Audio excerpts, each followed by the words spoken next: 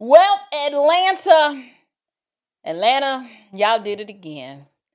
Apparently, in this city, y'all, scamming is not a crime. It is a whole career path. Atlanta, every day, the longer I stay here, I'm like, Atlanta's not a real place. But it is. It is a place where you can come and you can get you a little title, little government email address, and then just treat a federal program like it's your personal Cash App balance. And the sad part about it is it's us, the people who end up paying for all of these shenanigans. Us, the taxpayer, all of the working folks, the people who don't have time to double dip because we're too busy actually working. You guys, on today's episode, first of all, the episode is sponsored by big government. Okay. It's that big, beautiful machine where the money disappears, accountability takes a whole lunch break, and scammers get promoted to senior vice president of something important. On today's show, we're going to talk about the former Atlanta Housing Authority executive who has pled guilty, and this chick was running a whole hustle off of housing assistance, pandemic relief money, and mortgage fraud. Because, nothing says I serve the needy like stealing from the needy. Let's get into it. Grace and peace, you guys. Welcome back to Unshakable with Chapman as we discuss all things social, cultural, political, and theological from a biblical perspective. I'm your host, Chapman, and welcome to today's show. So, you guys, here are the facts. We have a former senior executive at the Atlanta Housing Authority. Her name is Tracy Jones. And she went into federal court and pled guilty to 3 different federal charges. 1, conspiracy to commit theft of government funds, wire fraud, and credit application fraud. Now, let me just give you the details. This wasn't some random temp, who got the position and figured out a way to scam the system. No. Federal prosecutors have said that this woman served as the senior vice president over the housing choice voucher program. So basically, that is Georgia's, or well, the Section 8 program has also gone by that name. And this woman has served in this role since 2017. And this is not some small role. We're talking about somebody that's sitting very close to the money. And apparently she was sitting too close to temptation because she said, well, you know what? Since I'm here, I might as well go on and get some for myself. Now, this matters because you guys must understand Section 8 is not monopoly money, right? So the federal prosecutors, they have noted that with Section 8, the reason why this crime is so heinous is because Section 8 funds are very limited, right?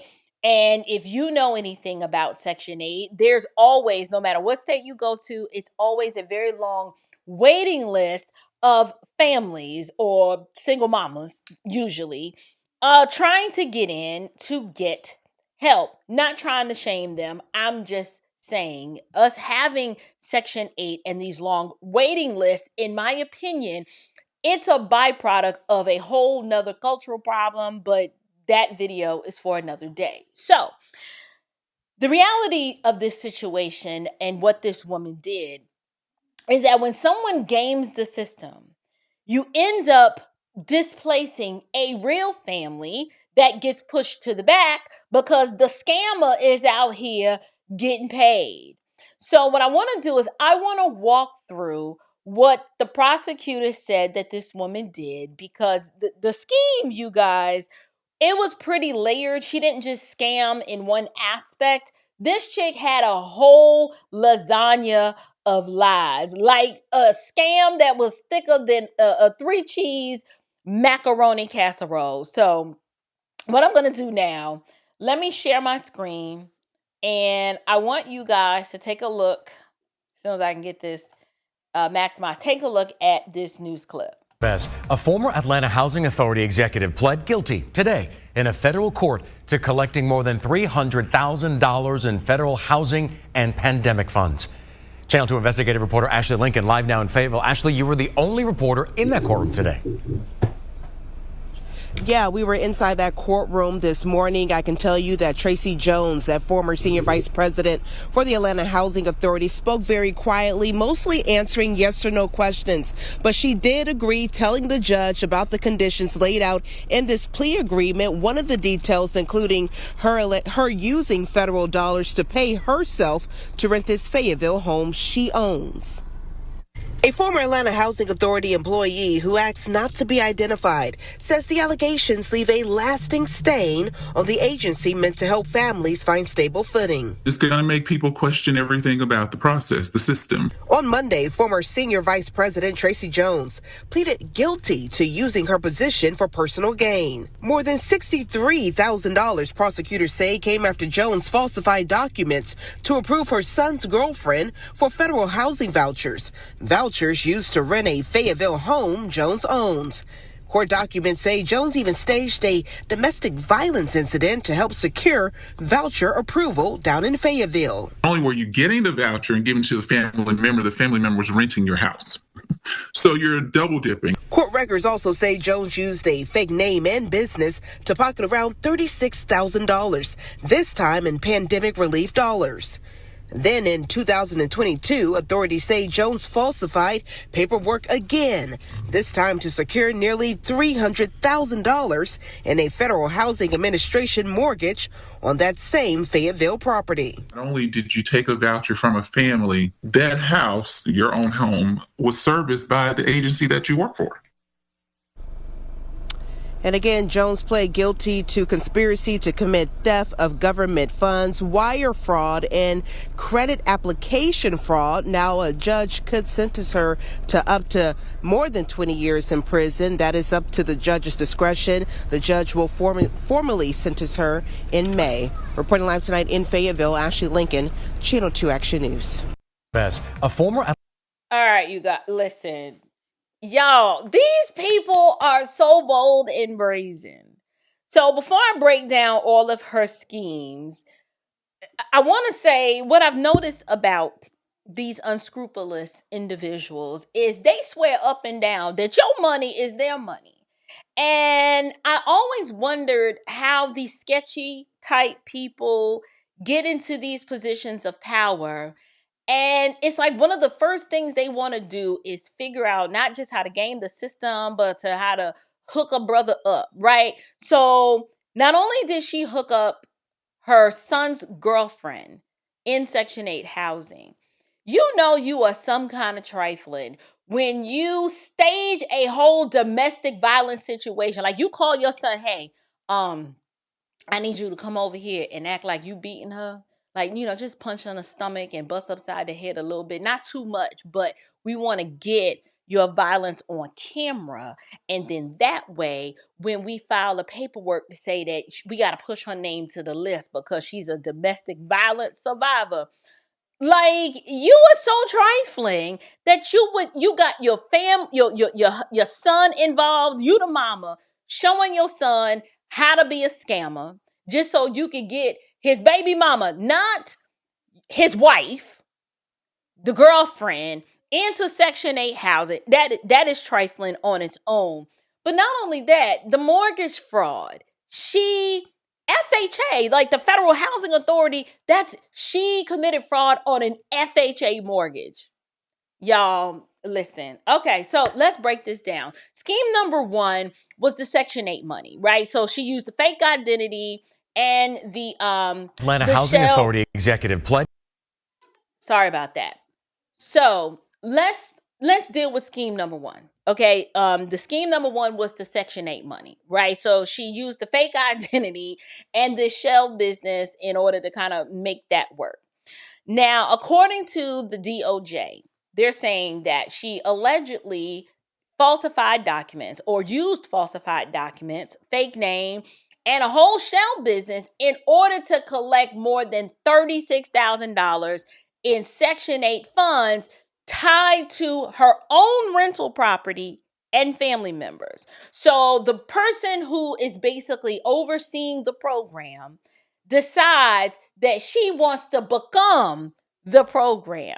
And the way the local reporter described it, the vouchers were tied to a Fayetteville home that she was renting to someone else, but she owned it. Meaning, so she benefited from both ends. I own the home and I'm going to rent it out. And then that voucher is going to pay me, the landlord. So basically, the voucher money is going out. And the landlord just happens to be her, the executive. Nothing about this is screaming affordable housing, but it's absolutely given a whole lot of affordable crime. But then Shorty wasn't done. No, she wasn't done. She said, I'm about to dip my hand in this COVID-19 relief money jar. The DOJ says that she collected more than $27,000 from the SBA during in pandemic relief funds during that program. So y'all know that was a super popular program, and a lot of people got caught out there with that PPP COVID relief money.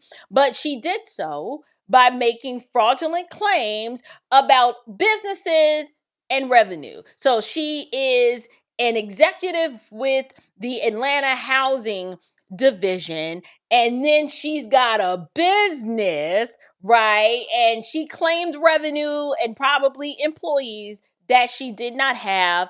And I didn't read the indictment, but usually it goes along the same lines of her implying that during COVID, she suffered irreparable harm and needed, the money. But according to the DOJ, this chick, when one of the applications, like, she got denied, she was like, oh, wait a minute, hold my beer. Y'all gonna give me this money. This chick was so bold that she appealed and then basically tried to sell herself as some saint, saying that, I'm an honest business owner and you need to examine my appeal application because you got all these other people out here that's living a lavish lifestyle and you need to reconsider my request. And I'm like, ma'am, so you mean to tell me that you were morally offended by other scammers who outscammed you while you were actively scamming? Y'all, that's like a burglar getting mad, clutching his pearls because somebody came and stole his crowbar and now he can't use it. And he's mad about it. These people, they have no shame. So that was the second scheme. Scheme number 3 was the mortgage fraud. And I believe the mortgage fraud probably, it all holds a lot of weight. If you remember at the end of the news article, the news reporting, they indicated that she's facing at least or so, probably 20 years. Basically, she refinanced and then falsely claimed that that rental property was her primary residence and indicated that she didn't own any other property. And this was on a loan on the application for about $219,000 loan app. So this whole story, it's giving Section 8 hustle, plus pandemic hustle, plus mortgage fraud hustle. She's got a 3-point dissertation of scamology, and she going to jail. I'm telling you, you guys, this is why y'all ain't gonna like this. But Black Democrats, this is why they love big government so much. And yes, I said it. I'm not going to take it back. This is why I say they love it, because big government becomes this breeding ground for fraud.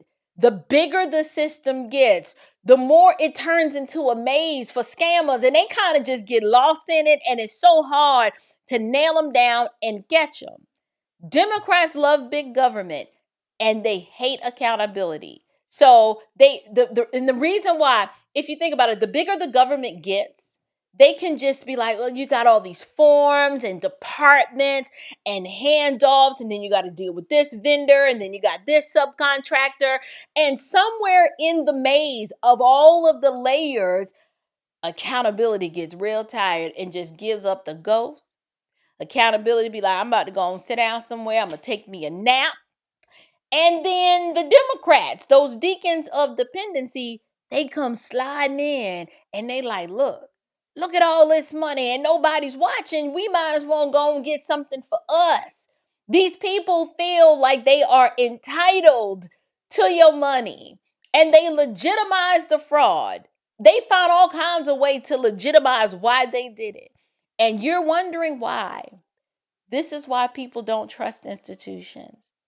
This is why regular Americans like you and I, we're so cynical. And the cynicism has been earned. Y'all are out here defrauding the American people.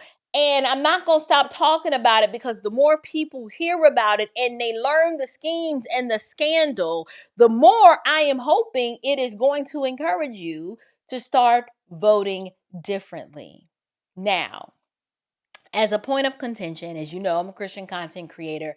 Thinking biblically about this, there's this scripture in Ephesians 4:28 that says, "Let the thief no longer steal, but rather let him labor, doing honest work with his own hands, so that he may have something to share with anyone in need." Notice how Paul doesn't say, stop stealing because you never know. You might get caught. The Apostle Paul is like, no, stop stealing because one, it's sin, and you should just replace theft with honest labor. Basically, the Apostle Paul is like, go on and get you a job. Get you a real job and quit scamming, right? If you claim, how do you claim to serve the vulnerable, but you're out here stealing what was meant for them and you don't have a compassion problem? Your character is just trash. It's not like you like, well, I cared for the needy and I cared for the poor and I was doing this work because I was getting some sort of sense of fulfillment from it, but, my hand was in a cookie jar too. No. All of this fraud is a reflection of sinful character. And a lot of these people their character is trash. And before somebody comes on here like, April, this is just one person. How many videos have I done just in 2026 alone on the fact that this fraud is pervasive? It's never just one person, and it's not just one person, and it's these programs are being abused. Mind you, you have families who are on the waiting list, and as a result of the waste, the fraud, and the abuse of these systems and programs, the families have to wait longer. And in the midst of all of that, public trust is eroded. The whole mission gets stained because you've got individuals like this who believe it is their right to exploit the system, while you have others who actually need some sort of government dependence. They're the ones that are going to get penalized for all of this. Because when stories like this come out, and trust me, there are a lot of them, people like me, we want to shut the whole thing down because these rotten apples, they spoil it for the whole bunch. But no, Democrats, when they hear stories like this come out, do you know what they do? They do the opposite. They don't want to put any guardrails in place. No. These high priests of hypocrisy, they'll use stories like this to argue that we need more government. They're like, well, we need more funding and more layers and more bureaucracy, because Democrats, they never provide solutions. Like, for example, instead of the obvious solution in this circumstance, which is, to shut this down, we need to clean house. We need to prosecute this fraud. We need a tighter oversight and more accountability. They don't want that. They want the opposite. They want more government because they want to get their hands involved and alleviate the oversight that would be necessary to find more waste, fraud, and abuse. Now, as of this recording or the reporting of this woman has not been sentenced yet. So her sentencing is scheduled for May 5th of this year.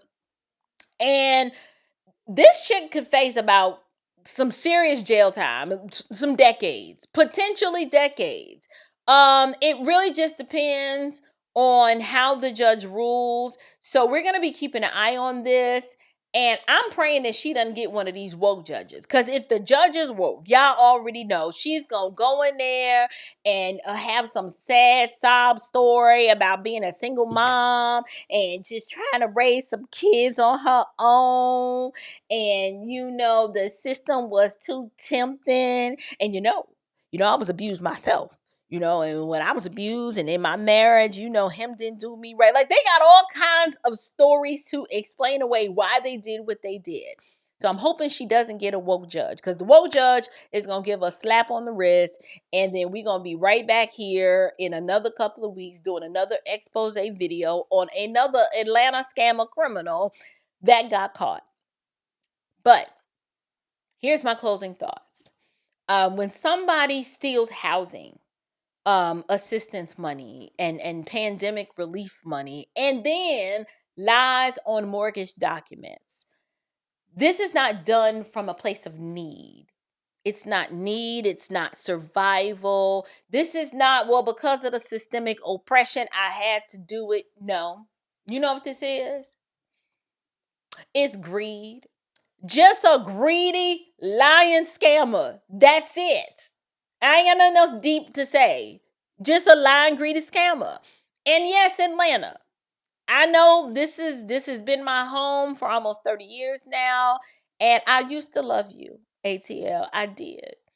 But we need Atlanta. We need Atlanta to stop acting like fraud is a local sport. I mean, we are out here leading and winning in the game of scamming better than our own NFL team performs at football. And that's just sad. Like, we can't win a football game, but we sure know how to scam. We know how to scam.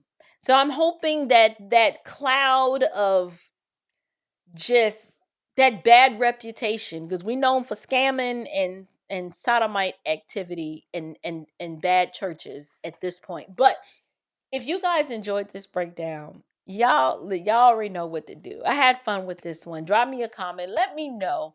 Tell me from your perspective, what part had you screaming the most? Was it the mortgage fraud or the Section 8 or the COVID relief scam? I mean, she triple dipped in and all through every program that was readily available to her. She was going to figure out a way to scam it. But I need you to like this video, subscribe to the channel, share this with somebody who still believes that we need all of these government programs and that they run on good intentions, yet they don't understand that the lack of oversight and accountability is what got us here in the first place. But whatever it is that you think, leave me your comments down in the description box below. And until next time, you guys, stand firm, stay bold, and above all else, stay unshakable. Grace and peace.